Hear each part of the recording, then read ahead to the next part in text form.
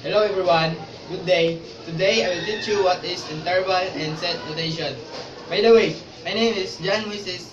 Cutillar from student of DCC or Davao Central College.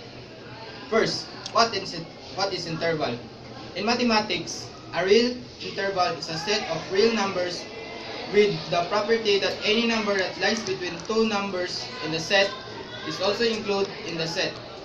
For example, the set of all number x satisfying 0 less than equal x less than equal 1 is an interval which contains 0 and 1 as well as all numbers between them. A notation for representing an interval as a pair of numbers. The numbers are the endpoints of interval. Parentheses and or brackets are used to show whether the endpoints are excluded or included.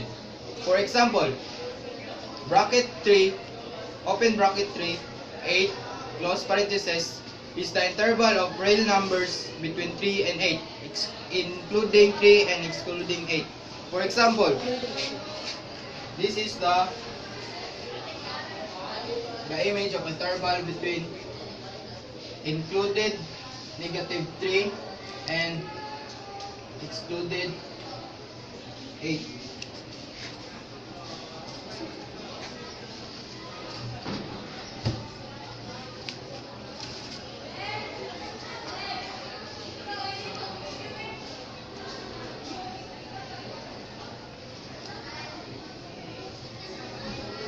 So the interval of -3 and 8 is like this.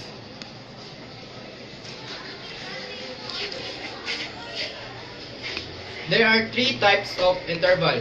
First is the open interval. Open interval are does not include endpoints.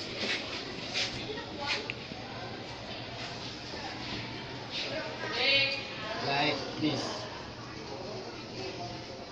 No endpoints. While the closed interval have an endpoint.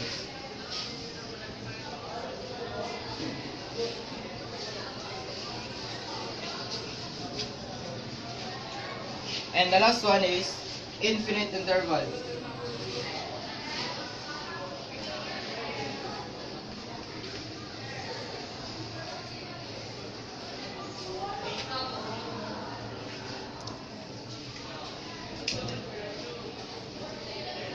Infinite interval have no endpoints and no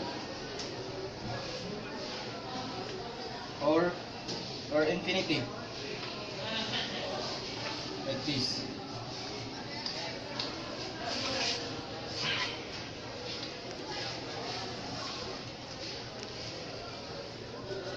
And the second one is, what is set notation?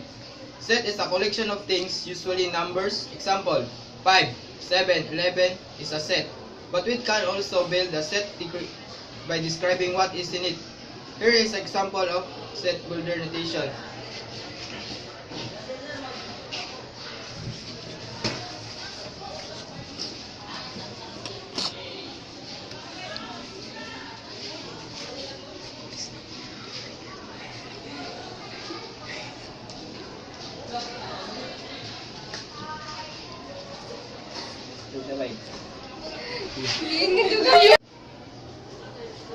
The set notation. Example of set. 3, 4, and 5. This is a set of numbers. A set of things.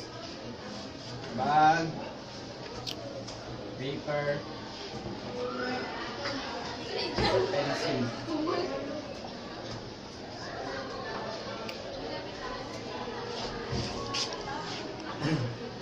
It says that set all of x such as that x is greater than 0. A set is a collection of objects. Each object in the set is called an element of the set.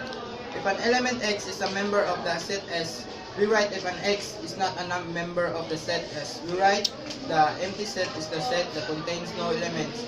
It is presented by open bracket and close bracket, or for set A and B is called a subset of B denoted if every element of A is also an element of B. And here is some example what is interval and set notation.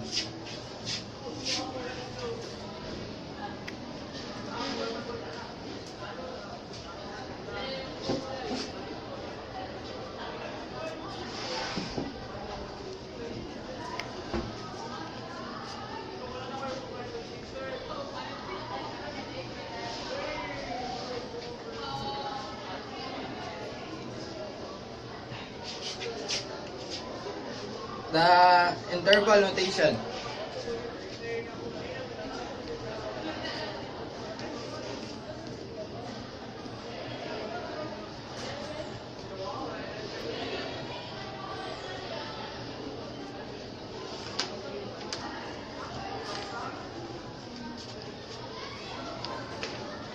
Have no included endpoints. While the second one have included endpoints.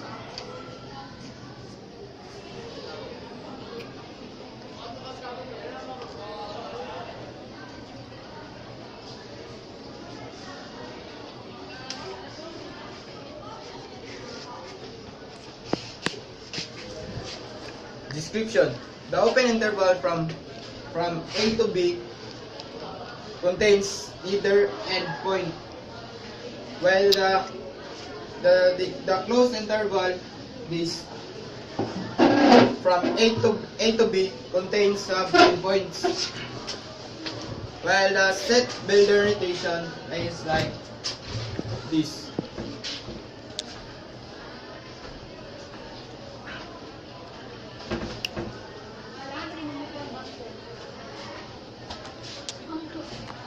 Is that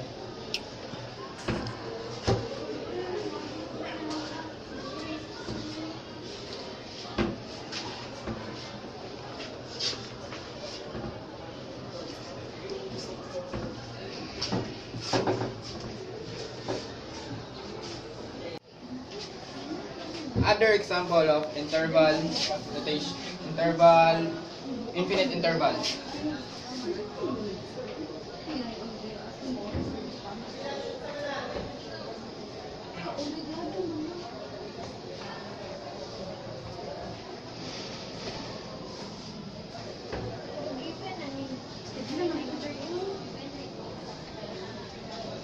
So this is the infinite interval or infinity and extends and forever.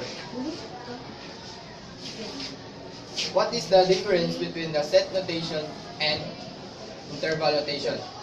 Interval notation explicitly uses inequality symbols to present the domain or range of particular function. Set notation uses bracket to provide restriction on your function. That's all for today, and thank you for your listening and watching this video.